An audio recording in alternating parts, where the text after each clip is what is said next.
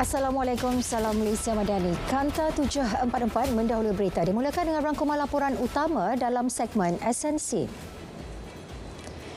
Cukai dividen yang awalnya ditetapkan pada kadar 5% diturunkan kepada 2%. Datuk Seri Anwar berkata ini selepas mengambil kira rayuan dikemukakan termasuk dalam kalangan perusahaan mikro, kecil dan sederhana PMKS. Ini kerana PMKS berbeza dengan syarikat tersenarai. Beliau turut terbuka menerima sebarang cadangan berkaitan pelaksanaan cukai dividen itu, namun bukan cadangan untuk pengecualian. Mengenai penyasaran subsidi petrol RON 95, Perdana Menteri tegaskan kepentingan 85% rakyat akan terus dipertahan dalam pelaksanaan langkah itu. Hanya golongan T15 serta warga asing bakal dikenakan harga pasaran tanpa subsidi yang dilihat sebagai langkah wajar. Akta Pengambilan Tanah 1960 APT dicadang dipinda bagi memastikan aset kerajaan dan kepentingan awam dapat dipertahankan. Ia susulan isu pengambilan tanah enklav Duta.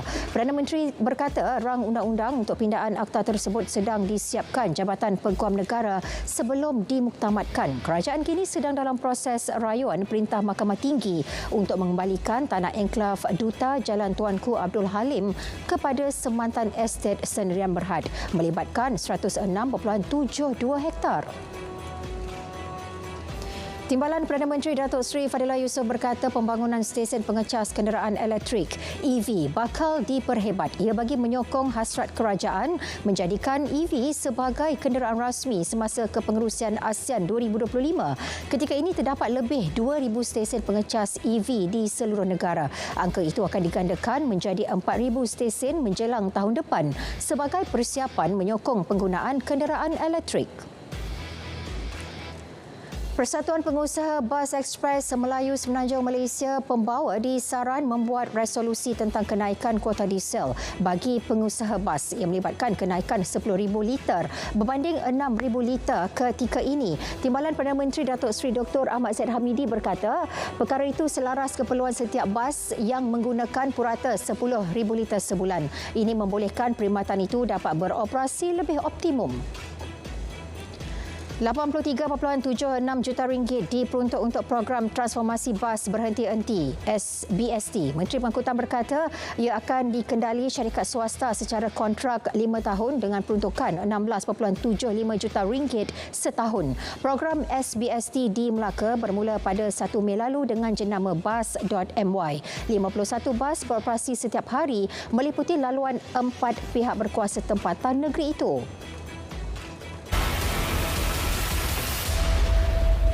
Bagi memastikan kelancaran pergerakan lalu lintas sempena cuti Deepavali dan hujung minggu, seramai 2,752 pegawai dan anggota Jabatan Siasatan dan Penguasaan Trafik JSPT Bukit Aman ditugaskan di seluruh negara. Pengarahnya memberitahu tumpuan penguasaan kepada elemen advokasi, penyuraian trafik serta tindakan terhadap pengguna yang tidak patuh peraturan jalan raya. Perkembangan aliran trafik semasa di seluruh negara. Terus saja bersama rakan pelapor Khairul Firdaus di Lembaga Lebuh Raya Malaysia, LLM. Silakan Firdaus.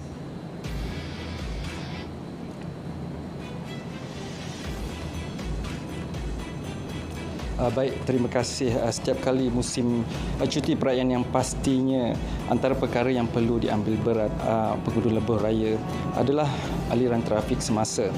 Dan sekarang saya berada di pusat pengurusan trafik LLM Bangi. Seperti yang anda dapat lihat, di belakang saya terdapat paparan skrin yang menunjukkan perkembangan aliran trafik semasa lebuh raya seluruh negara. Oleh itu, kita fokus dulu kepada 4 lokasi utama yang sering berlakunya kesesakan trafik. Di paparan skrin pertama, kita dapat lihat keadaan di Gombak kilometer 19.8 di mana anda dapat saksikan di kawasan sekitar Plaza Tok Gombak menuju timur, keadaan trafik masih bergerak dengan lancar. Kita beralih ke paparan skrin yang kedua di kawasan Bukit Lanjan kilometer 21.9 kedua-dua arah. Kita dapat lihat sedikit peningkatan trafik dan kita beralih ke lokasi ketiga di paparan skrin menunjukkan lebuh raya utara selatan di kawasan nilai kilometer 283.6 juga menunjukkan pertambahan bilangan kenderaan namun masih lagi terkawal. Di paparan skrin terakhir pula menunjukkan lebuh raya KL Karak di kawasan Genting Sempah kilometer 35.3 aliran trafik masih lagi lancar. Kepada warga kota yang ingin pulang ke kampung atau sedang dalam perjalanan, sedikit peringatan supaya pastikan kenderaan anda berada dalam keadaan yang terbaik, dapatkan rehan yang cukup. Pastikan baki kad touch and go perabaya anda mencukupi sebelum memasuki Plaza Tol. Saya kira ini sahaja perincian yang dapat saya bawakan kepada anda dari LLM Bangi ini. Kita kembali ke Angkasa Puri. Baik, terima kasih Firdaus. 906 rakyat Malaysia terlibat sindiket penipuan tawaran kerja luar negara setakat 28 Oktober. Daripada jumlah itu, 707 telah berjaya diselamatkan hasil kerjasama Kementerian Luar Negeri, Polis Diraja Malaysia dan pihak berkuasa tempatan. Timbalan Menteri Luar memberitahu bakinya kini sedang dijejaki. Kementeriannya terus mempergiat usaha termasuk menghulurkan bantuan sewajarnya bagi mengesan mereka yang masih hilang.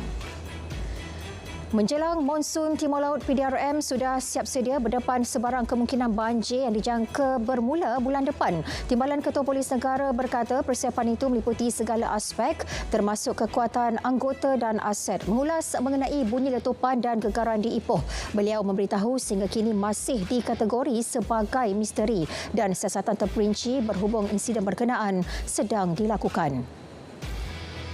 Sementara itu, Ketua Polis Perak berkata setakat ini tiada laporan diterima berhubung kejadian tersebut yang melibatkan nyawa dan kerosakan harta benda. Hasil pertemuan bersama 20 agensi berkaitan juga menolak beberapa teori yang diperkatakan sebelum ini, termasuk kejadian disebabkan faktor muka bumi dan aktiviti pengkuarian. Beliau berkata siasatan hanya akan diteruskan jika terdapat penemuan atau bukti baharu. Polis menahan 2 lelaki dan merampas dadah di Syaki Syabu dengan anggaran berat 329.5 kg dalam serbuan di sebuah rumah teres di Bandar Bukit Puchong pada 25 Oktober lepas. Pengarah Jabatan Siasatan Jenayah Narkotik JSJN Bukit Aman berkata kedua-dua suspek berusia 30 dan 34 tahun itu masing-masing ditahan di tepi jalan di Bandar Baru Sri Petaling dan Jalan Puchong Jaya. Kedua-dua suspek direman selama 7 hari dan disiasat mengikut Seksyen 39B Akta Dadah Berbahaya 1952. Suami isteri antara tiga yang ditahan bersama 22 kg dadah menerusi serbuan dijalankan di Seri Alam, Johor Bahru. Operasi dijalankan Pasukan Tindakan Khas Jabatan Siasatan Jenayah Narkotik Bukit Aman bersama IPD Seri Alam selepas seminggu risikan dijalankan. Ketua Polis Daerah Seri Alam memberitahu sindiket dipercayai aktif sejak Julai lalu dengan menjadikan kenderaan sebagai tempat menyimpan dadah sebelum diedarkan ke pasaran tempatan. Mereka direman selama 13 hari sehingga Khamis. Dadah seberat 105 kg dirampas kastam dalam operasi di gudang sebuah syarikat logistik di Shah Alam pada 15 Oktober lalu. Timbalan Ketua Pengarah Kastam, Penguatkuasaan dan Pematuhan memberitahu pemeriksaan mendapati dadah terbabit di sorok di sebalik bungkusan kotak teh herba Cina. Modus operandinya guna khidmat kurier di Lembah Klang untuk hantar bungkusan ke Sabah melalui laluan udara selain mengikrarkan syarikat vape sebagai penerima. Satu kertas siasatan dibuka berhubung video tular pengibaran bendera asing di kawasan Sentosa, Johor Bahru oleh sekumpulan individu dalam satu upacara perarakan agama peringkat antarabangsa 20 Oktober lalu. Ketua Polis Johor Bahru Selatan mengesahkan perkara itu. Program berkenaan dianjurkan sebuah pertubuhan kebudayaan membabitkan lebih daripada 10 negara. Polis akan memanggil penganjur terlibat dan saksi bagi membantu siasatan. Siasatan terhadap Himpunan Kibarkan Jalur Gemilang pada 26 Oktober lalu di dataran Menara Condong, Teluk Intan bukan dibuat atas kesalahan mengibarkan bendera. Sebaliknya disiasat di bawah Seksyen 9-1 Akta Perhimpunan Aman 2012 kerana berhimpun dan berucap di tempat awam tanpa pemakluman kepada pihak polis. Ketua Polis Perak berkata sehingga kini 8 laporan berhubung perhimpunan tersebut telah diterima dan 5 wakil penganjur termasuk 2 adun telah dirakam percakapan. Mayat lelaki tempatan dipercayai lemas di bawah arus ketika menunggu bot nelayan di pantai berhampiran Pasar Bisik, Kota Kuala Muda pada Ahad lalu ditemui orang awam pagi tadi. Ketua Polis Daerah mengesahkan penemuan Muhammad Aiman Safwan di pesisiran pantai iaitu 1 kilometer dari lokasi terakhir dia dilaporkan lemas.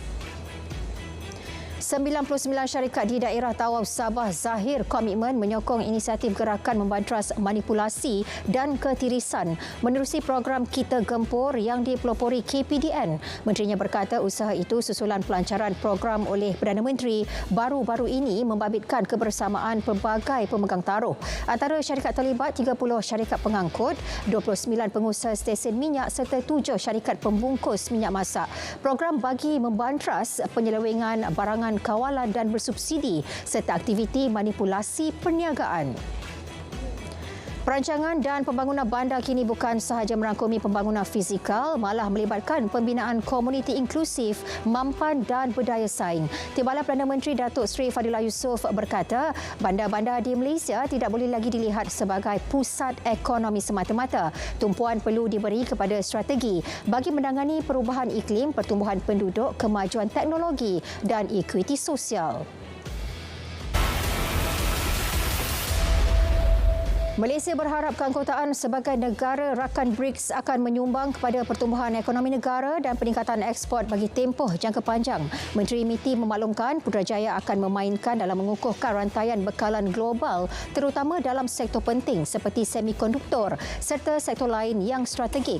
Secara kumulatif, KDNK BRICS pada masa ini berjumlah lebih kurang 26% daripada KDNK dunia, hampir sama dengan kekuatan ekonomi negara kumpulan 7 atau G7. Dalam pada itu, Tengku Zafrul menegaskan Malaysia berpendirian jelas untuk tidak mengambil kesempatan terhadap konflik perdagangan antarabangsa dengan berpegang pada dasar tidak bersekutu dengan mana-mana negara kuasa ekonomi dalam menangani isu-isu antarabangsa termasuk perang perdagangan melibatkan Amerika Syarikat, China dan Rusia. Sebaliknya, Malaysia akan terus berusaha mengukuhkan lagi hubungan diplomatik dan diplomasi perdagangan dengan semua negara. Angka kematian rakyat Palestin kini melepasi angka 43,000 orang. 96 orang dibunuh dalam tempoh 48 jam, manakala 277 lagi cedera. Sekaligus menjadikan jumlah keseluruhan terkorban 43,020 orang setakat ini. Tindakan Parlimen Israel haramkan UNRWA dari beroperasi di negara haram itu dan Baitul Maqdis yang diduduki dikecam hebat komuniti antarabangsa. Pesuruhjaya agensi itu menyifatkan langkah terbabit akan menambah penderitaan rakyat Palestin, khususnya di Gaza. Lebih 650,000 kanak-kanak tidak akan menerima akses pendidikan sekaligus beri kesan keseluruhan generasi. Setiausaha Agung PBB turut menggesa Israel untuk patuh dengan piagam badan itu serta undang-undang antarabangsa. Sekian Kanta 744 dari Sungai Kesegara Palestin. Pasti merdeka. Saya Nurul Zahira Razi. Assalamualaikum.